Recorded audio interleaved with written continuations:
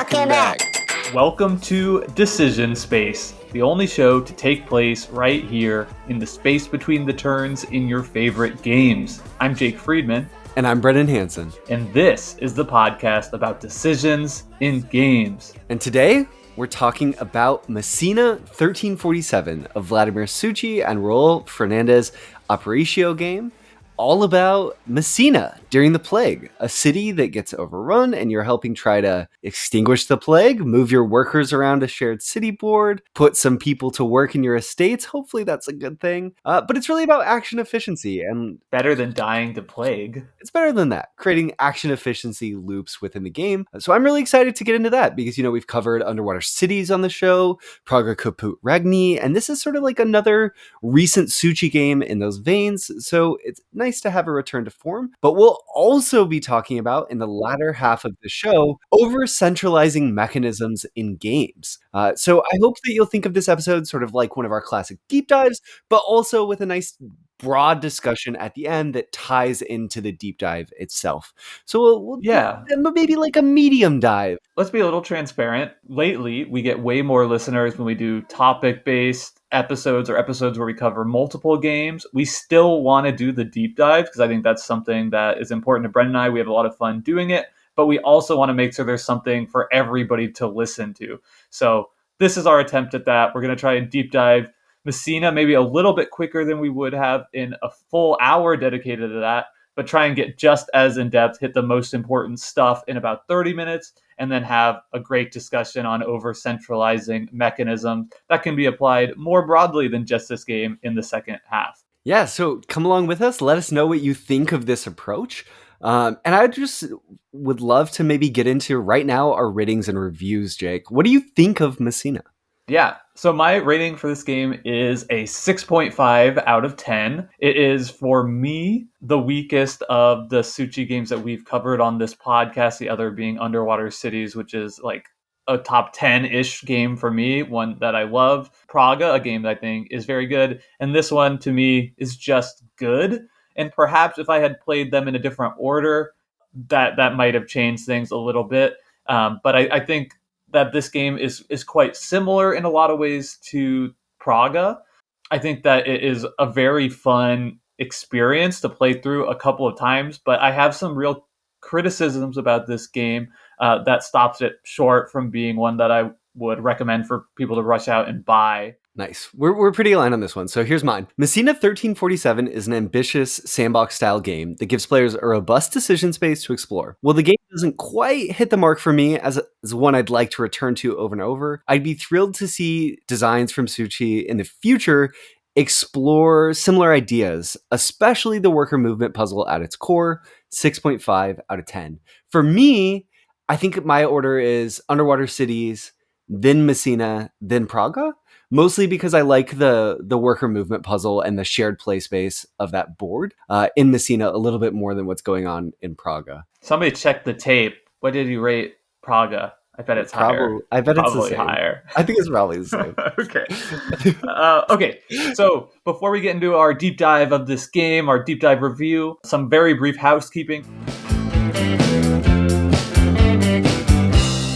Breaking news, we found out after recording this episode that Decision Space did indeed get nominated for a Golden Geek Award. So first and foremost, thank you so much to all of our listeners who nominated us. It means the world to us to be listed alongside so many other great shows. It's very validating of all our hard work on this show, and it just lets us know that you guys appreciate what we're doing. So if you're a new listener who has maybe found us because of that, welcome, and thanks again to everyone who nominated us. If you want to vote for us, please go ahead and do so. I will include a link in the description of this podcast for where you can go to, pick us to win the Golden Geek. Once again, you need 20 Geek Gold or to be a contributor to the site. So if you need help with that, just let us know in the Discord. That's thing number one. Thing number two, because we are likely to have quite a few new listeners, thanks to the Golden Geek nomination, I just want to let y'all know that we recorded this episode while I was traveling. So I recorded portably. So my audio isn't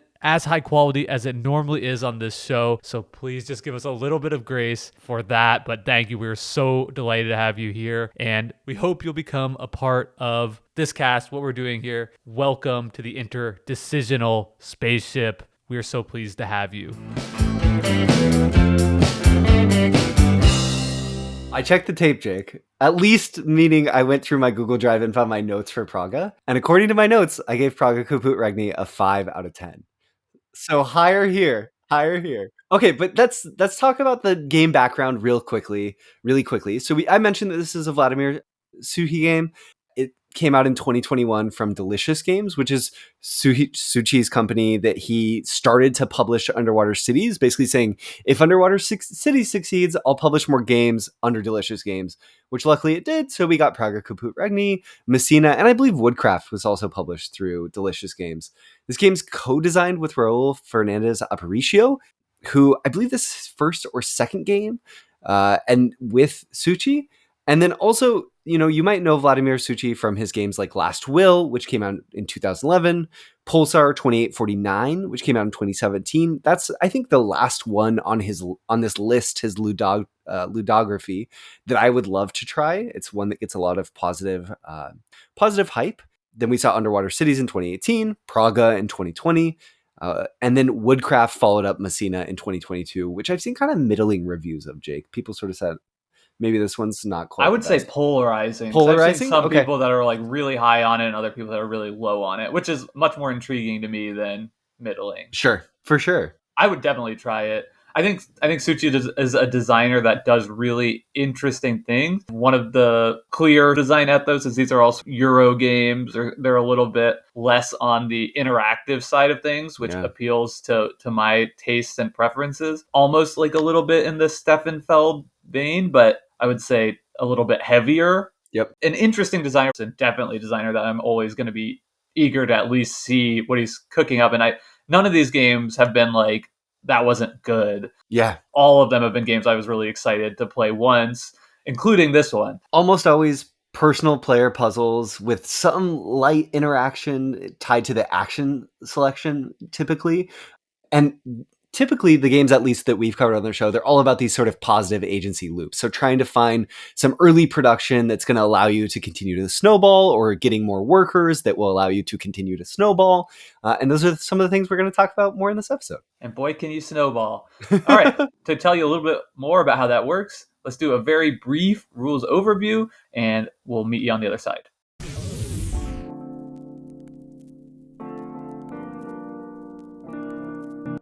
Messina 1347 is a worker placement and worker movement game in which players take actions by moving their worker pieces around a shared hex grid of tiles representing the city of Messina during the plague. Action spaces may be used by one worker in a given round, and workers may only move at most one space away from their current location to take an action, unless players pay 1 gold for each additional space they move their worker to take an action. And workers remain on the location that they last used from round to round. So much of the puzzle of Messina is about sequencing and timing these actions around the board. With actions players take, players might collect resources like wood, gold, or fire tokens. They might use wood and gold to build buildings, increasing the production of their estates, move up a city and church track, which allows players to gain more workers or more overseer token actions on their personal player board, which lets them set up chains of additional actions. And overlaid on this worker placement action puzzle, players also seek to use fire to remove plague tokens from city hexes on the shared board and rescue craftsmen, nuns, and aristocrats from the city, which providing them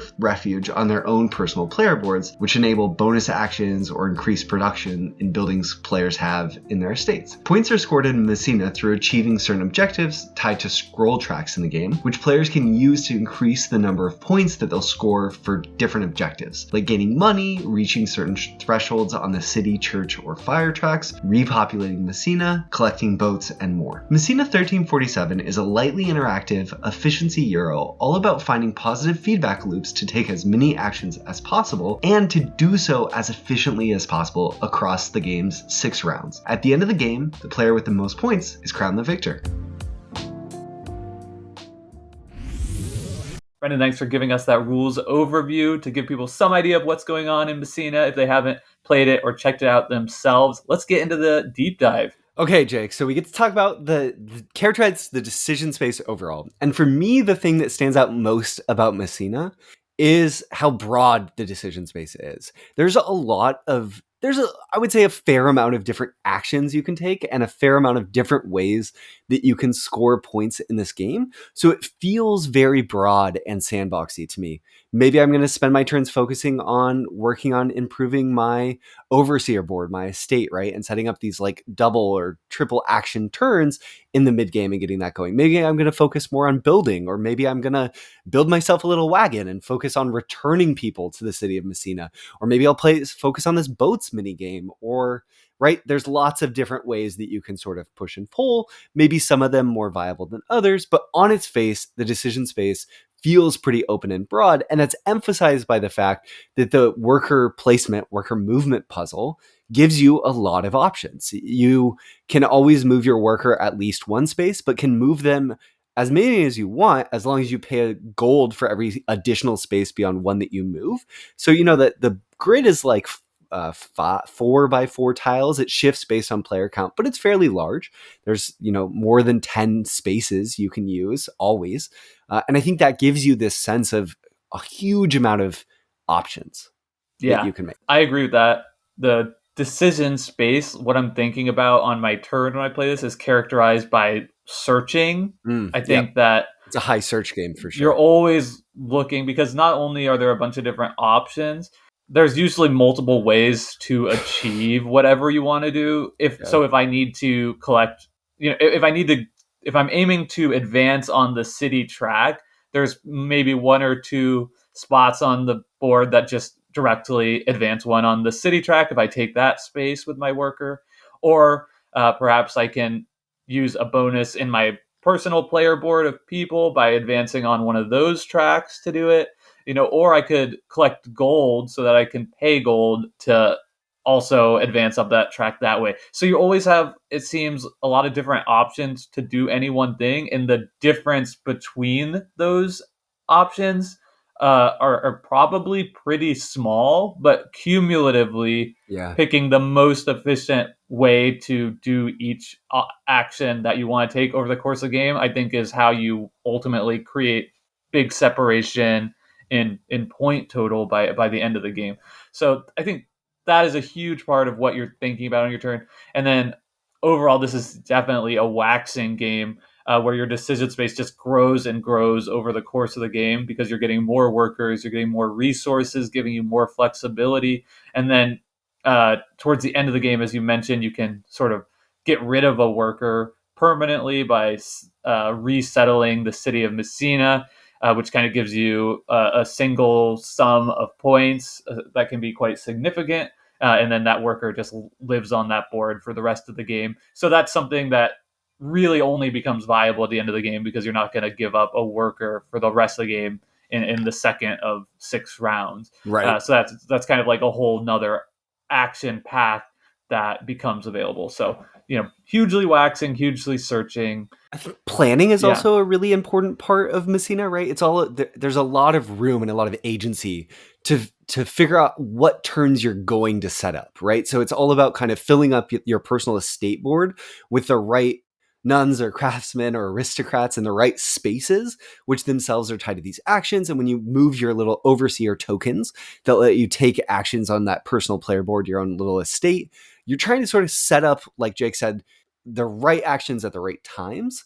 And then maybe you're going to move those workers out of your estate once you've taken certain actions into these production buildings that you've built, to kind of have those workers be utilized the most efficiently over the course of the game, given the timing. So it's all about kind of finding the right time to do the right things, and kind of having foresight on maybe what your opponents are trying to accomplish, and seeing if there's a way to go about stopping that. You can really mess yourself up in this game also if you don't end up slotting in sort of those nuns, aristocrats, and craftsmen into the right locations at the right time to set up those double actions, or maybe even triple actions.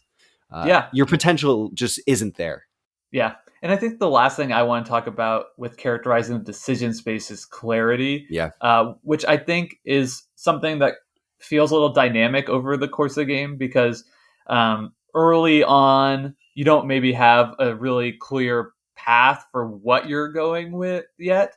And this is sort of dictated by the fact that a lot of the end game scoring you get to sort of choose for yourself. There's a scrolls track that basically allows you to like turn on different end game scoring levers for you, and you can move.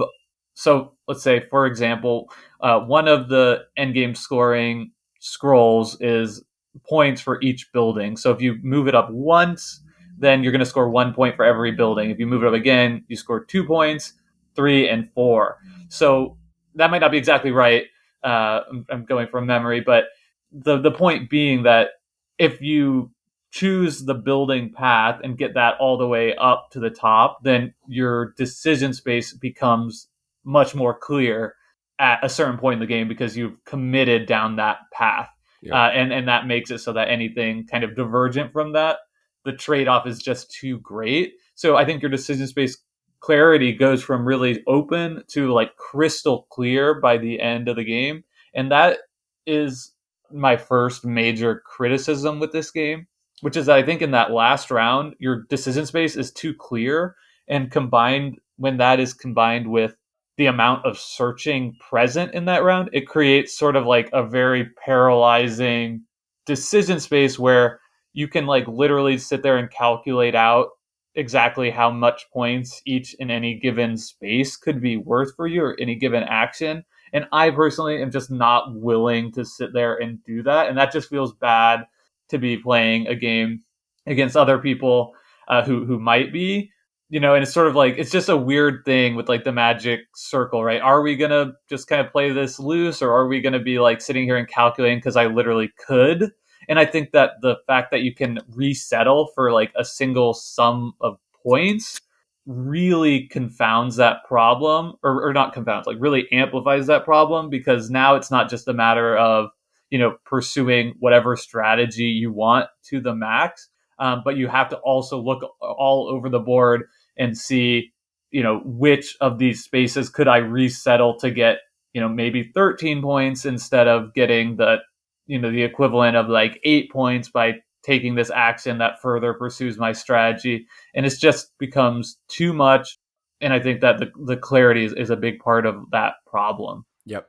I couldn't agree more. I think that it's interesting, Jake. A lot of the scroll track, like this sort of mechanism where you can opt into scoring more points for certain actions, I think like on its paper that appeals to me. I think that that's interesting, right? Because it puts us all it allows you to push the decision space in certain directions. But I think that one thing that comes up in Messina is that the tension around taking scroll actions to increase your scoring potential versus taking other actions doesn't quite feel as present. Maybe this is wrong. Maybe I think I have the impression that you're not even the impression. You're just way better at this game than me. So correct me if I'm wrong. But I almost would want there to be even more tension around taking those scroll actions, because so much of it seems like they're fairly available in the game. Like you can get access to the moving up the scroll track, and towards the top of some of the tracks in the game, you're going to get rewarded with 2 or 3 scroll actions just for reaching the end, which means that it's fairly clear that getting up to the end of these tracks is a very, very powerful thing to do, and something you should almost always be doing regardless of the strategy that you're sort of taking. Yeah.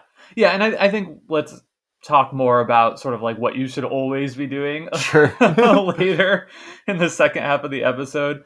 But yeah, I think that's definitely true. Like, and there are just better ways, more efficient ways to sort of advance your scroll board than others.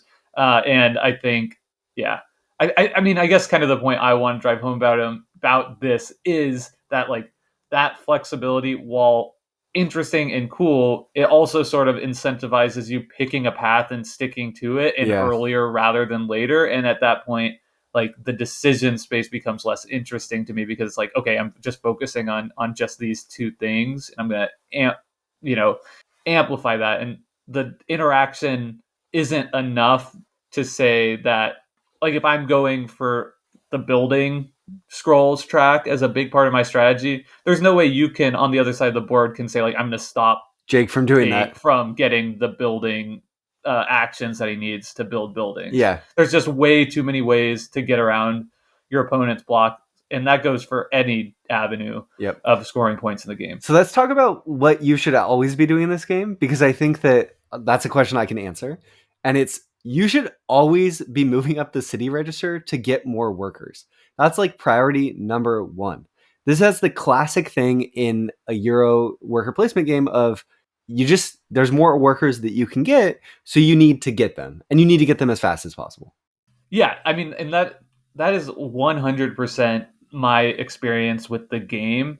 And we've been talking about this on the Discord a little bit, where we'll talk more about over centralizing mechanisms, but it's weird a little bit to me to see a game that's come out this recently that just still suffers from this like obvious. I mean, I guess it's obvious, but like this idea that you have to just prioritize getting more workers first and above all else, since that's sort of like a trope, a known thing in worker placement games. So I'd almost expect that a worker placement game to, a contemporary game to come out that has an ability to get more workers, to have more thoughts paid to like the trade-off of doing that, as opposed to like you just have to do it. If you know that you have to do it, you're at an enormous, insurmountable, in my experience, advantage to somebody who doesn't know that you need to do that. So I mean, that's kind of a weird point for me. I think on top of that too, what's your take on if you have to improve at least one of your overseer tiles? These are the tiles that you're moving around your personal player board that allow you to take 2 actions when you move them, not just 1. Yeah, so let's talk about that. So there are 3 different tracks in this game. The first is the fire track that sort of can be a little bit more incidental as you're playing the game, taking actions. You can get rid of plague to advance that track. Then there's the city track, which is the track that enables you to get more workers as you advance up it. I think it's once you advance 3 spaces, you get a worker, and once you advance 5 spaces, something like that, you get your second worker to have your maximum of 5. Yep. And then the third track is the church track, and that helps you do more efficient actions on the overseer board. And in my mind, Brendan, you don't have to do that at all. You don't have to upgrade anything. I think I scored just as well often when I do not advance one single space on that track. I mean, and there are times when it becomes open to you, or because of the buildings that you happen to build, that you may want to flip that, but it's purely optional and purely, I think, sort of like opportunistic, that you take it when the opportunity arises, versus the city track, which is just absolutely mandatory in my experience. I think I've played this game now like at least a dozen times. So I played it quite a bit, and I've tried exploring both ways. And that's been my experience. Maybe, and I hope this is true, that somebody listening to this podcast will be like, you're dead wrong. Like, you can just ignore the city track and it's just as viable to advance up the church track. But I can't see that being the case, and it hasn't been my experience. So that's what I'm speaking to here. Yeah. And this is in part, Jake, as you move up both these tracks, you're scoring points for moving up both them. So it's not as if moving up the city track is netting you workers, but not points, and moving up the church track is netting you points and improving your overseer tokens. But do you get what I'm saying? Like, yeah, you get points either way. So you want to move up. I think you get like a couple more once you've gotten all the benefits of the workers. Yeah, I think you get, the further you get up the track, you can get some like bonus actions, and I think you get more of those bonus actions on the church track, but it's far too few to like rival the significance of getting extra worker actions on each turn. Yep. So like it does seem like there's like this a small effort to like balance that there, but it just, to me, it doesn't come close to really making that a trade-off that I'm considering when I'm approaching this game. Yeah, absolutely. So this has the like classic positive agency loop that we see in a lot of the Suchi games, where you're trying to like build buildings to fill them with people to get the production going. It also overlaid has this like putting out fire puzzles, this collecting boat puzzle. There's a lot of stuff just like going on in this game. There's so many ideas packed in. What would you say, Jake, is sort of your favorite? What have been your favorite moments while playing a game of Messina? And I can say mine, which is that one of my favorite things about Messina, underwater cities I love because there's this ability to put together these interesting synergistic combos between upgrade cards that you can get. And Messina doesn't have that as much, but it does have those sort of action chain combos. And for me, the highlight turns of Messina are these sort of action chain turns where I move my upgraded overseer, take 2 actions, one of which moves me up a scroll track that itself, or moves me up maybe the city track that lets me move another token. I get to move that, do 2 more actions, where you end up having these really sweeping dynamic turns that the game builds towards. But I never feel like I'm exploring that creative of strategy or making that interesting of decisions. It feels like I'm just shaving away a little more efficiency here or there, and it's not rewarding enough that I want to put tons of time in to solve the puzzle, like you were saying. So I'm just kind of like making the decisions mostly instinctually, and then ultimately the game's not rewarding enough that I want to push further than that. Yeah, yeah, I think that's fair criticism. My favorite part about this game is a little bit different, which is that I think it can feel really satisfying to me to push hard on a strategy and then complete it. Mm, And that's sort of a double-edged sword, because it can also be the kind of thing that makes you not want to revisit a game. It's like, I did everything that I wanted to do this game, sure. which which is definitely the case here. And on one hand, it's like, yeah, okay, so now I've sort of seen it and I've pushed it as far as it can go. But on the other hand, when you do that and you achieve everything you want to in a game, it feels great. Yeah. Like I have enjoyed exploring this game, like, right, pushing on different strategic paths. So, like, can you get to the end of all 3 tracks, for instance? I don't know that I've done that, but it seems possible. I've definitely, gotten to the end of the 2 tracks that I was going for, neglecting the church track, and also got my scrolls, all the way up to Maxed the up. top of 2 different tracks, to like sort of max out that effort. In the most recent game we just finished, I managed to get all of my overseers to the finish line, It's pretty cool. Yeah. which was pretty cool. I was like, oh, I didn't know that was possible, and it is. I like really focused on this, and that ended up being, a successful strategy, and pretty rewarding as well.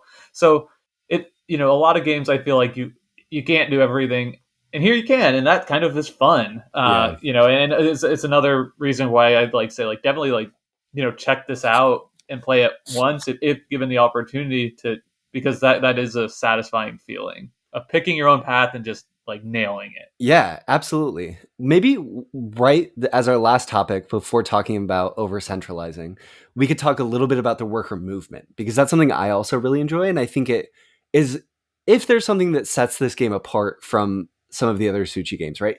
If you were going to say you should check Messina out over something like Underwater Cities or Prague Kaput Regni, it would be because you're interested in this worker movement puzzle and the decisions that it creates, right? So lots of worker placement games don't have a spatial component to the worker actions that you're taking. In a game like Agricola, it doesn't matter what spaces are next to what other spaces, because you can just as easily take this action and then move take a different action somewhere else on the board in a subsequent turn. Messina upends that and says, no, it matters what actions are next to what other actions on a board. And the board is variably set up. So from game to game, certain loops of actions, certain locations on the city grid are going to be more enticing than others just based on what they're next to. I think that that's at least the aim functionally, because there's so many ways to do so many different things in this game. Some of that tension I feel like gets a little bit undercut. But overall, I found it a very pleasant framework of trying to sort of figure out my little paths. It almost felt like starts to feel like the decisions that you make in a pick up and deliver game, like Broom Service, right? Where it's sort of like, I need to get my witch to here to deliver a potion, then I need to take a potion action and then get a different worker, a different witch to this location to deliver those potions, or something like that. It's not quite like that, but it's playing into that idea, and it gives you some of the sequencing and planning. I think it's fun. I think it could have been executed better, and I'd love to see more of it. Yeah.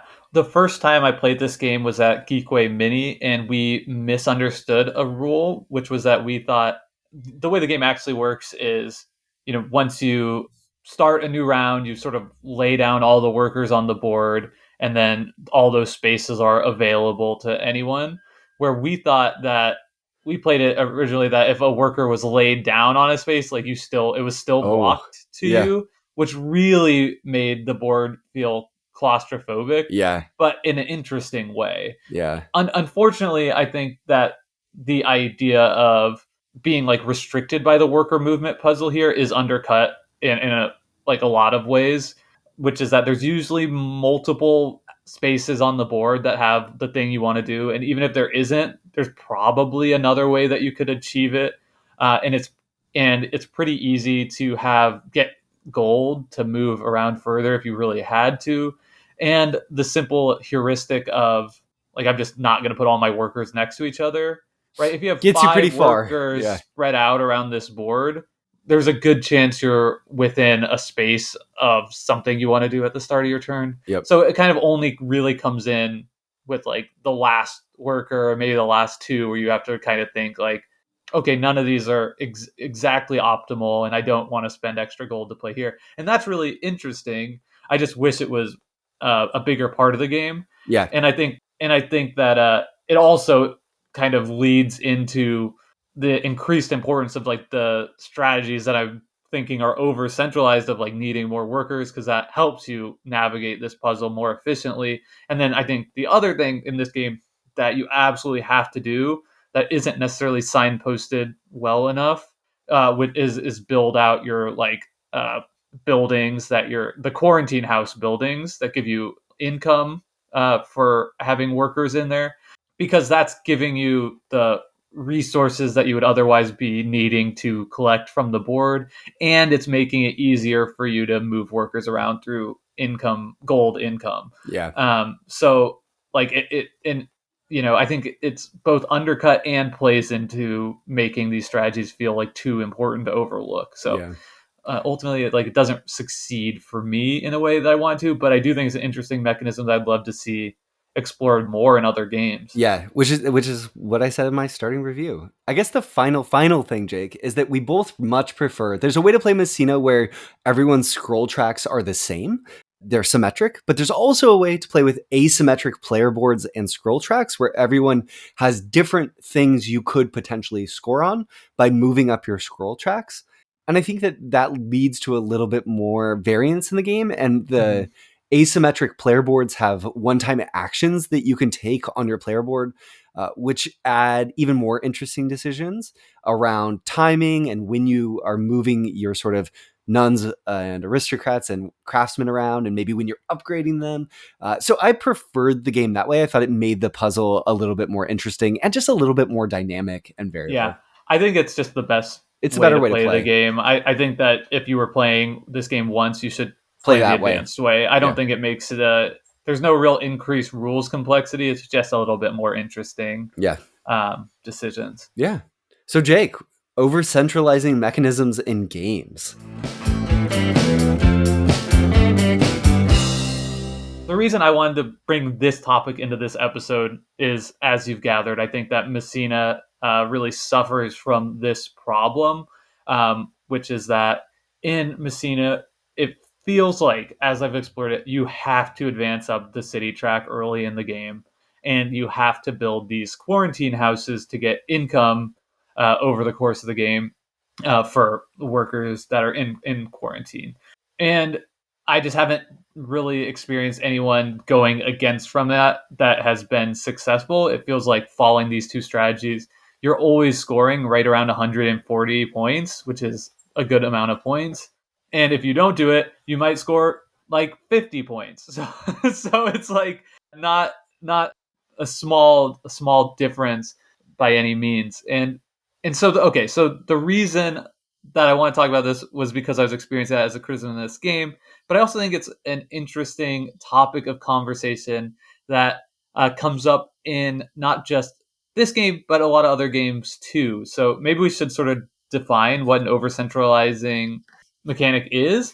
Yeah. Or over-centralizing strategy. And okay, so I think over-centralizing strategy can also be defined as a dominant strategy, right?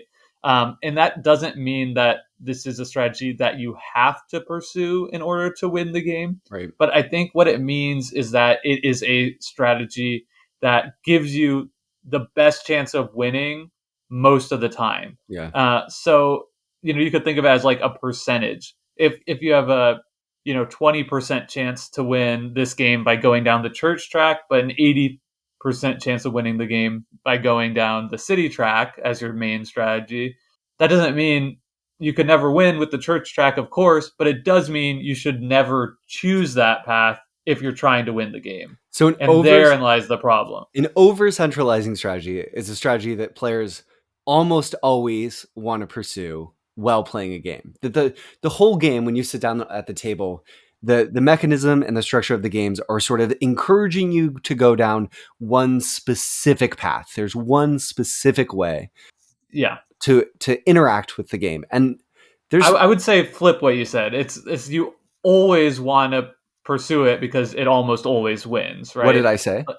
Like the other way, like you almost always want to pursue it. Okay. Yeah, you because always it do. always wins, right? See, that's what I'm saying. Like, if your goal is to win the game above all else, and I'm not advocating that, sometimes you just want to explore something different about a game, and that's fine.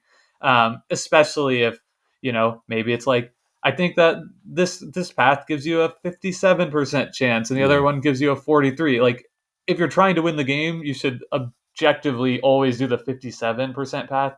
But the difference is somewhat negligible in the board gaming hobby, right? We're all having a good time. That I would never begrudge anyone from, doing the other thing, and I would never begrudge anyone from pursuing a strategy that gives you a 1% chance of winning if you just want to have fun and try that. But being realistic, I don't know. For the sake of the conversation, what I'm saying? Yeah, absolutely. Yes. The objective is to win. When you sit down to play a board game, you're all trying to win the game. For the most part. Asterisk. We've done the asterisk. For the rest of the conversation, let's just assume you're trying to win, right? You assume you're trying to win. That's what this is trying to do. And it can put you in an uncomfortable position too, right? And I think that's what I've bounced up against in Messina, which is that, yes, I tried pursuing a different strategy like once, and I got like half the points or whatever, or much less than my average score. And it so disincentivizes continuing to pursue that the other strategy becomes dominant, becomes over centralized, because maybe it's not even, if you have all the best players in the world playing this game, and maybe in play testing, right, when people have all played this game like dozens and dozens and dozens of time, like other avenues begin to open up. What's clear to me is that the main dominant strategy is the easiest way to do it, right? So why would I try and do something that's making my life way more difficult to get, like, at best the same result as I could do easily over here, getting extra workers and building out quarantine houses? Totally. And from a design perspective, a game having an over-centralizing mechanism is, I would say, a knife of criticism that is levied often at games when people maybe are trying to say, oh, that's not balanced, right? And I think that's true. In Messina, the function is that it restricts the decision space. It makes it smaller than we wish it would be because it forces you to pursue a given path. But I think that there's a more interesting conversation to maybe have here about over-centralizing mechanisms and how in some games they might be perceived as a negative thing, right? Where it's shrinking the decision space. And in other games, maybe that's not as much of an issue. If the game allows for interaction and makes it such that the different paths within the game, if my pursuit of X path, which is perceived to be optimal, can be meaningfully interacted with, and also if I pursue that and then you stop me, which in turn actually makes Y the better path to pursue, then we're in this interesting sort of in-game strategic meta where the game itself really rewards understanding how players pursuing certain strategies is going to affect other certain strategies to be better or worse in that environment. And in Messina, that happens less because it's mostly a personal player board game driven by your own actions where you don't have as much agency to interact. So an example... Messina becomes a game where both players are trying to do the same thing, and it's just about who does it slightly more efficiently than the other person. But if I'm pursuing the buildings and city track strategy, and you are too, there's no reason we both can't accomplish our goals. Right. But as a counterpoint, an example of the type of game with an over-centralizing mechanism that's maybe not a bad thing for the decision space of the game, and we would argue is probably actually a good thing, is a game like Living Forest, which we've previously covered on the show. Jake, I want to get better about saying the games that we covered. What episode? Yeah, so I'm just looking up. Okay, so is Living Forest, which we covered back in episode 78 of Decision Space, a game that Jake really enjoyed and I liked okay. But within Living Forest, there's this interesting strategic ecosystem of the game where trees, one of the game's victory conditions, are the shortest path to victory. If you're the only person pursuing trees, it's the most efficient path. I think fire, actually. Okay, fire. Great. Yeah. So let's say fire is the most efficient path if you're the only person pursuing fire. But if other people try to jump on that dominant path, all of a sudden, it's no longer the over-centralizing path, and other strategic paths become more viable and more interesting. Yeah, I think that's a great example because the fire, can be collected by multiple people, where trees are conversely like the inevitable path.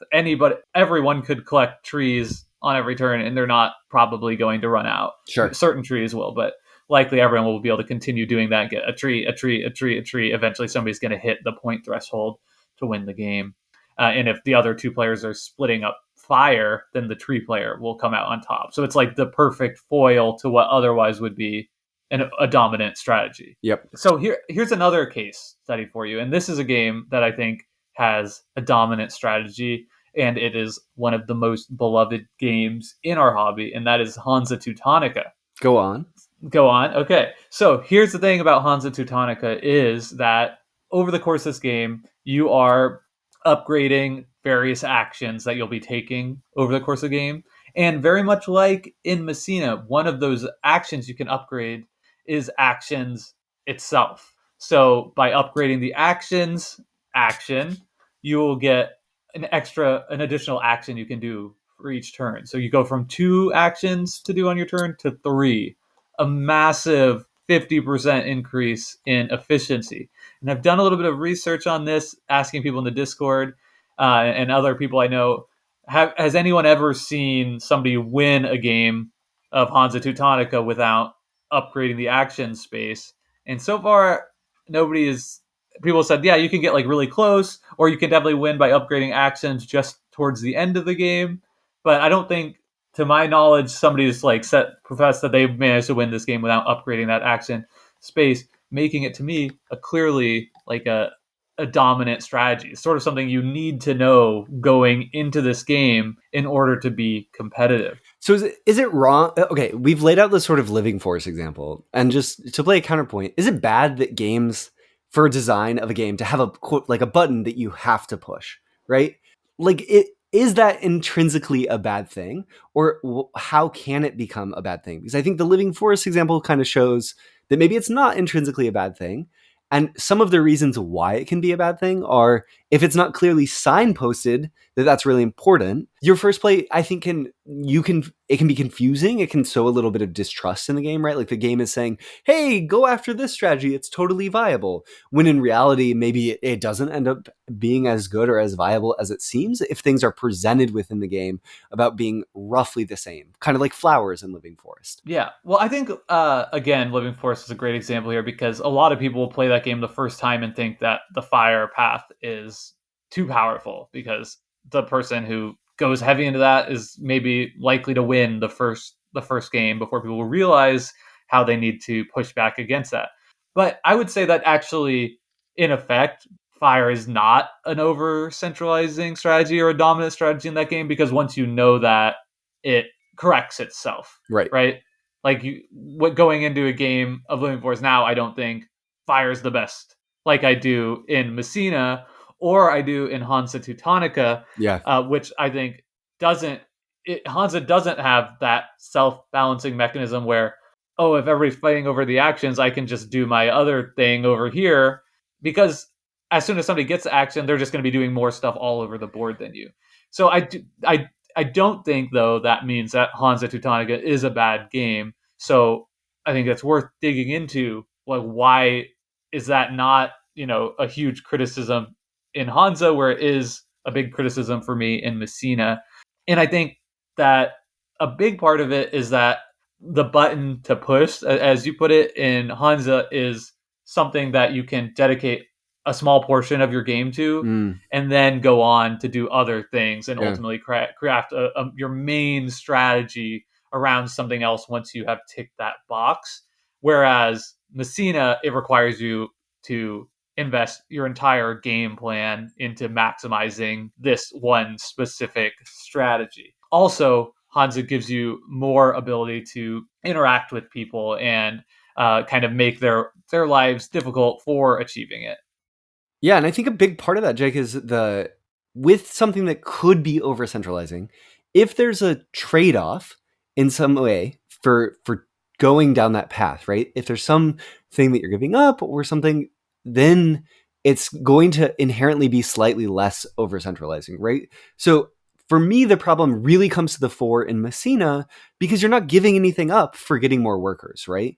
It's just good to get more workers, so it's good to get more workers. By pursuing that city track, it's not like you're foregoing some other big bonuses on the church track, and there's uncertainty about what you'll get with those workers that you acquire compared to what you might have gotten if you went down this other path. And I think that it works so well in Living Forest because there is a lot of uncertainty. There's uncertainty around what fire will be introduced into the meta, how much people will be able to get, how many fires people will put out. And I think that makes what would otherwise probably be a dominant strategy, because it's on paper the most efficient, if no one else is doing it, a much more interesting thing because it's dynamically useful. And there's trade-offs involved with, if I pursue fire, I'm pursuing the fire victory condition, and it's coming at the expense of me getting a victory in Living Forest off of trees or flowers, right? So my progress is a wager that it will be the optimal path. Whereas in something like Messina, there's no wager. It's just the optimal path. Yeah. And I think I do think that the fact that in Hansa Teutonica you need to get an extra action maybe is something that bothers me slightly about the design. But it's just because of how the fact it's relatively like brief to achieve it, right? You may have to make a significant investment, but if you dedicate 2 or 3 turns to making sure you secure that extra action, like you're good and can now go pursue whatever other strategies that you want. Whereas again, in Messina, it just takes longer, right? I'm going halfway up that track is probably something that I'm not able to achieve until the 3rd round, which is like Yeah, halfway through the game. So I've already dedicated half of my game to this strategy, and then I want to right. So if that just feels like that's a factor with these dominant or over centralizing strategies, it's just like, what is the investment to do it? Because if the investment is 50% of the game, that's a huge problem. If it's 5 or 10% of the game, kind of annoying, but let's just get it done and then play the game. But if it's like 100% of the game, now it's not yeah. even a game anymore, right? All of a sudden we've moved into tic-tac-toe or whatever, where everything has become 100% rote because the dominant strategy dictates your gameplay Totally. from start to I think finish. also, Jake, I kind of have 2 things. Well, one is with Messina, it's almost like I sort of wish and I hope that as these sort of worker movement game mechanics get explored more, it might be interesting if it's not that you got more actions by getting more workers, but you just got more workers, which gave you more options. Because then there's tension around, I'm always getting 3 actions, but based on the restriction of movement around this board, maybe it would be useful to have another worker to give me even more actions. And then that becomes a lever that you have to kind of use to judge, is it better to kind of be more efficient now or give myself more options? And that could be an interesting realm for these games to explore. But then I think kind that'd be a of great interesting. solution, My yeah. follow-up is another game that sort of came to mind for a lot of us when we were thinking about over-centralizing strategies is the base game of A Feast for Odin. It's almost the opposite. Yeah, let's go here next. It's like the flip side of the coin, which is not an over centralizing strategy, but is a game that has a strategic path that is kind of like, for lack of a better term, Which for suckers, that's just right? this comes into play when there are better paths than others. So it might not be in A Feast for Odin. There's like 90 paths. That's an exaggeration. Right. So yeah, instead of having one path you have to go down, there's one. There might be 10 paths presented to you in the game, and 9 are And I equal, think and that one is on worse. paper, most of us want our games to be roughly equal in their strategic paths, right? It makes for a richer game if every time I sit down, there's 10 paths that I could choose and instead of 9. But I think, there's games, Jake, like in A Feast for Odin, the base game, we're talking about animals, tend to be perceived as a weaker way to play the base game of A Feast for Odin, just compared to lots of other strategies like getting exploration boards, Like whaling. whaling Yeah, or big exactly. emigration. Yeah. And I think that that's true, but I will say there's something interesting about games that have weaker paths at times where, like, if you win with the animal strategy, it becomes interesting. There's characters sometimes in fighting games that are just made to be weaker because it gives a player the option to play that character, and then if you win with that character, it's an interesting thing that you did. Dan in Street Fighter is an example of this. There's also, this is another video game example, but like in Halo 2, there's this weapon called the Needler, which was just very weak. But if you could succeed with it, it's kind of a slight to your opponents. And I think that, well, I don't, in my competitive games, necessarily want that, right? Like, I want a richer space where options are perceived to be roughly equal. And given a given game, the skill comes from picking the right path. I think sometimes that if there's room for this sort of like expressive interaction with a game, it's not always bad. I guess what I would say is not that it isn't always bad. It's hard for me to say like a designer should include a sucker's path in their game because that will allow more experienced players to pursue that when Sure. playing with new players. I wouldn't go that far, but I do think there are mitigating circumstances on both sides of this coin. Like A Feast for Odin is a great example, and that honestly might in the base game have a somewhat dominant strategy of its own, which is like exploring additional islands early and like trying to maximize that path over other things. But I think that is mitigated significantly, both by the fact that if multiple people are trying to do that, it's going to be more difficult for you, a la Hansa Teutonica and Living Forest, but also because there's so many ways you're able to like customize and experience that strategy anew and end up with a different Yep. experience. Wherein Messina, it's kind of always the same experience to some extent. Like the customization possible and divergent paths, like little sub strategies within strategies that are possible in A Feast for Odin. Like I'm going exploration plus whaling, or I'm going exploration plus a hint of animals, or plus some sheds or whatever. Like all those feel distinct to me in a way that my different games of Messina just haven't. Felt distinct. Yeah, no, I totally agree. And I think that that's a really great point, Jake, about the sort of like presence of the ability to have these sort of like overlapping hybrid strategies. As like you want them to, Yeah. if a game can have strategic paths that live in the in between, that means that there's just functionally going to be more paths to explore. Right. And it kind of like in Hans, going back to Yeah. the Hansa example again, because I think it fits in here too. Everybody has the sub strategy of increasing their actions at least once in order to win. But like your larger strategy Yeah. is like, what do you do after that?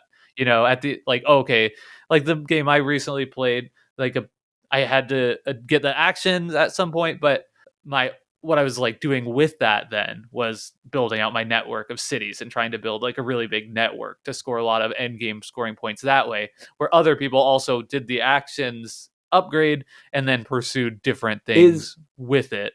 So that it becomes like a small piece of like And in the Hansa 2, story of Jake, the you've game. played it and I haven't, but it's not such that the first round of Hansa, everyone just upgrades their additional action move, is it? Like it pretty much It is. pretty much Okay. is. I mean, and I mean, Pay for it. you can't fully achieve it because you have to like, in order to upgrade your actions, you have to fill up 3 building Uh-huh. spaces on that path, and the most you Okay. could do is 2 on your first turn of the game. But in all the games I played, the first person is either putting like 2 other or 2 other cubes on one side so that they're only 1 away from it, or they're putting 1 on both sides to like get a foothold and force people to like bump them.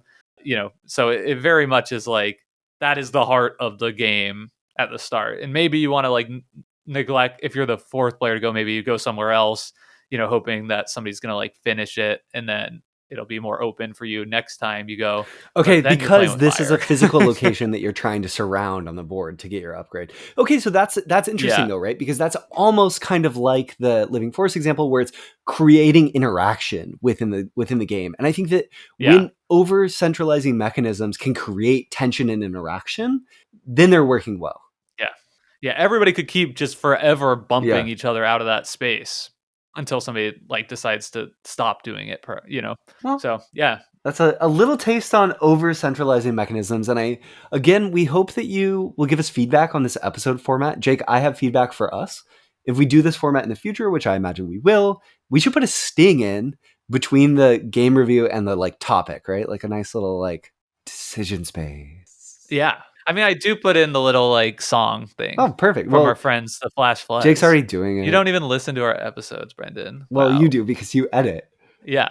So Brendan doesn't even know that we have a sting. I know we have a shaking my head. Okay, I know we have a sting. I didn't know for sure you put it right. I would love to hear what other people have as examples of suckers paths or dominant strategies.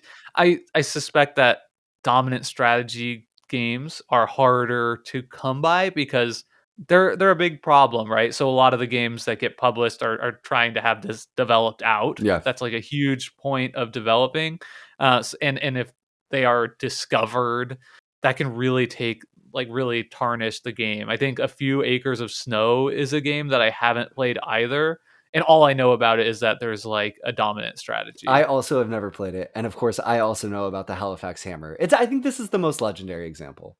It's sort of like we should let the poor game go. Right. But I mean, up until that, right, that was sort of a game that people talked about a lot and enjoyed. Now it's kind of puffed up in smoke. People also talk about like Puerto Rico as being a game where you have to experienced players like kind of have to do the same standard openings or else it's sort of going to mess things up for people. Like all of a sudden, like it'll become too much advantage to the player following the inexperienced player.